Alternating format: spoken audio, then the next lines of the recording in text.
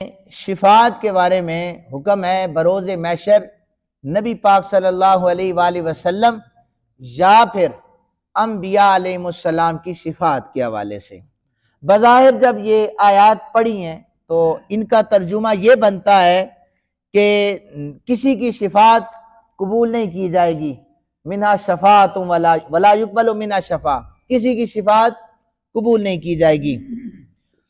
عنوان چونکہ شفاعت کے حوالے سے یہ آ چکا ہے، آپ کو یہ بتاؤں کہ 50 قرآن پاک کے مقامات ایسے ہیں جن میں واضح طور پر یہ ہے کہ اللہ کے انبیاء شفاعت کریں گے۔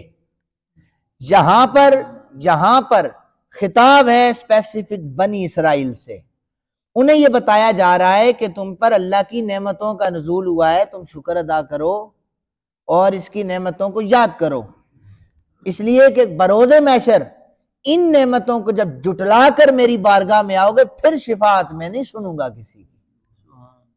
تو یہ چیز بیان ہو رہی ہے۔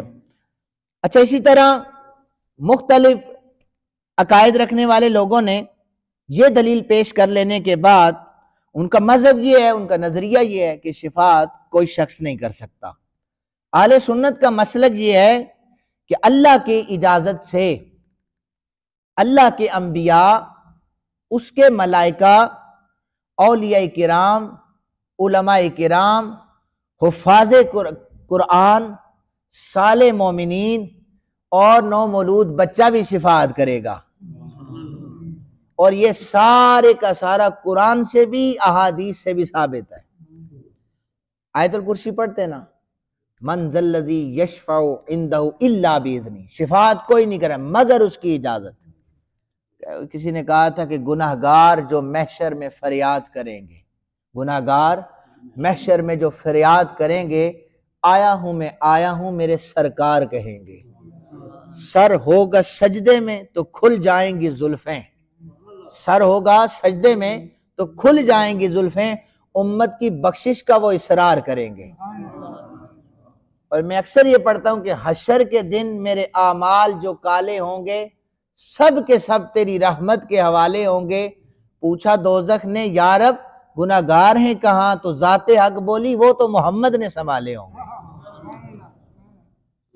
اب میں آپ کے سامنے احادیث پیش کر رہا ہوں۔ امام بخاری صحیح بخاری شریف میں حضرت انس رضی اللہ تعالی عنہ شفاعت کے حوالے سے بیان کرتے ہیں، نبی پاک صلی اللہ علیہ وآلہ وسلم نے فرمایا، جو میں نے ابھی شعر پڑھا اب میں اس کی تشریح کرنے لگا ہوں حدیث پاک کے ذریعے سے۔ اللہ تعالیٰ کی بارگاہ میں سجدہ ریز ہو جاؤں گا، اللہ تعالیٰ جب تک چاہے گا مجھے سجدے میں رکھے گا، پھر مجھ سے کہا جائے گا محمد اپنے سر کو اٹھاؤ، مانگو جو مانگو گے، تمہاری شفاعت کو تو قبول کیا جائے گا۔ پھر میں اپنے اللہ کی حمد و ثنا بیان کروں گا، مجھے جو اس وقت کلمات اللہ بتائے گا میں وہ کہوں گا، پھر میں شفاعت کروں گا۔ اس کے بعد پھر میں گناہگاروں کو جہنم سے نکال کر جنت میں داخل کروں گا، پھر میں دوبارہ سجدہ کروں گا۔ یہ بخاری شریف کے الفاظ ہیں، صحیح سند کے ساتھ حدیث پاک موجود ہے۔ دوبارہ سجدہ کروں گا، میں یہ عمل 3 سے 4 مرتبہ کروں گا، سارے جہنمیوں کو وہاں سے نکال کر میں جنت میں ڈال دوں گا۔ صرف وہ لوگ جہنم میں رک جائیں گے جو جنہیں قرآن نے روک رکھا ہے۔ کون سے؟ زنا کرنے والے، شراب پینے والے، سود کھانے والے، جتنے بھی احکامات الہیہ کا انکار کرنے والے ہیں جنہیں قرآن نے جہنمی کہا ہے، یہودی ہیں، عیسائی ہیں، نصارہ ہیں، انہیں جو قرآن نے روکا ہوا ہے۔ لیکن نبی پاک صلی اللہ علیہ وسلم کے گناہگار امتی جو ہوں گے، گناہگار غدار نہیں، گناہگار امتی جو ہوں گے، آقا کریم نے فرمایا میں ساروں کی شفاعت کر دوں گا۔ جابر کہتے ہیں، یہ بھی مسلم شریف کی روایت ہے، نبی پاک صلی اللہ علیہ وآلہ وسلم نے فرمایا کہ مجھے 5 چیزیں ایسی عطا کی گئی ہیں مجھ سے پہلے کسی نبی کو یہ عطا نہیں کی گئی۔ وہ کیا ہے کہ ایک ماہ کی مسافت، 1 مہینے کا سفر نبی پاک صلی اللہ علیہ وسلم کا رہتا ہے، تو جس کی طرف نبی پاک صلی اللہ علیہ وسلم جا رہے ہیں اس جگہ پر، اس علاقے پر، ان لوگوں پر ہیبت طاری ہو جاتی تھی۔ یہ نبی کی پاور بیان کی گئی ہے۔ اور یہ اور کسی نبی کو نہیں، یہ میرے اور آپ کے آقا کو دی گئی ہے کہ ایک مہینے کی مسافت سے اللہ نے روب کے ذریعے سے میری مدد فرمائی ہے۔ مدینے کے لوگ کیسے نہ طلع البدر علینا کہتے، مکہ پاک سے جب یہ قافلہ مدینہ کی طرف چلا تھا نا ہجرت کی رات، تو روب تو پیدا ہی ہو چکا تھا پہلے ہی دلوں میں، تو پھر مرد اور بچے رستوں میں اور چھتوں پر چڑھ کے یہ کہہ رہے تھے طلع البدر علینا من ثنیۃ الوداع، کیونکہ روب تو پہلے ہی طاری ہو چکا تھا۔ فرمایا روب سے میری مدد کی گئی۔ پھر دوسرے نمبر پر کسی نبی کو یہ عطا نہیں ہوا، تمام روئے زمین میرے لیے، میرے امتیوں کے لیے سجدہ گاہ بنا دی گئی، جب نماز کا وقت ہو جب چاہے تم نماز ادا کرو جہاں چاہے۔ پھر فرمایا کہ میرے لیے مال غنیمت کو حلال کیا گیا ہے، اس سے پہلے مال غنیمت کسی نبی کے لیے حلال نہیں تھا۔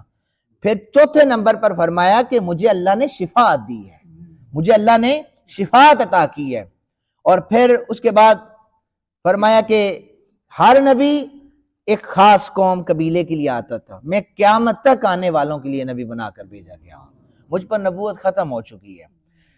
حضرت انس کہتے ہیں کہ نبی پاک صلی اللہ علیہ وآلہ وسلم نے کے سامنے حضور نے فرمایا کہ میں اپنے امت کے کبیرہ گناہ کرنے والوں کی شفاعت کروں گا، کبیرہ گناہ جو کرتے ہیں لیکن اس پر وہ جو توبہ استغفار کر لیتے ہیں، نادم ہوتے ہیں، شرمندہ ہوتے ہیں، ڈٹ نہیں جاتے، ڈٹنے والے سے بے رخی ہو جائے گی، ڈٹنا نہیں ہے، گناہ کرنے کے بعد شرمندہ ہو جائے یہ ایمان کی علامت ہے۔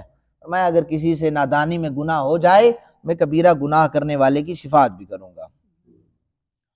اسی طرح حضرت عبداللہ بن عمر بن عاص رضی اللہ تعالی عنہما بیان کرتے ہیں نبی پاک صلی اللہ علیہ وسلم نے فرمایا کہ جب تم مؤذن سے اذان سنو تو وہ کلمات دہراؤ جو مؤذن کہتا ہے، اور پھر مجھ محمد عربی پر درود شریف پڑھو۔ یہ بھی مسلم شریف کی حدیث پاک ہے، کیونکہ جو مجھ پر ایک دفعہ درود پڑھتا ہے اللہ اس پر 10 رحمتوں کا نزول فرما دیتا ہے۔ پھر میرے لیے وسیلے کی دعا کرو، جنت میں ایک مقام ایسا ہے جہاں پر اللہ تعالیٰ کے بندوں میں سے ایک بندے کو وہ مقام ملے گا، اور مجھے کامل یقین ہے وہ مقام صرف مجھ محمد عربی کو دیا جائے گا۔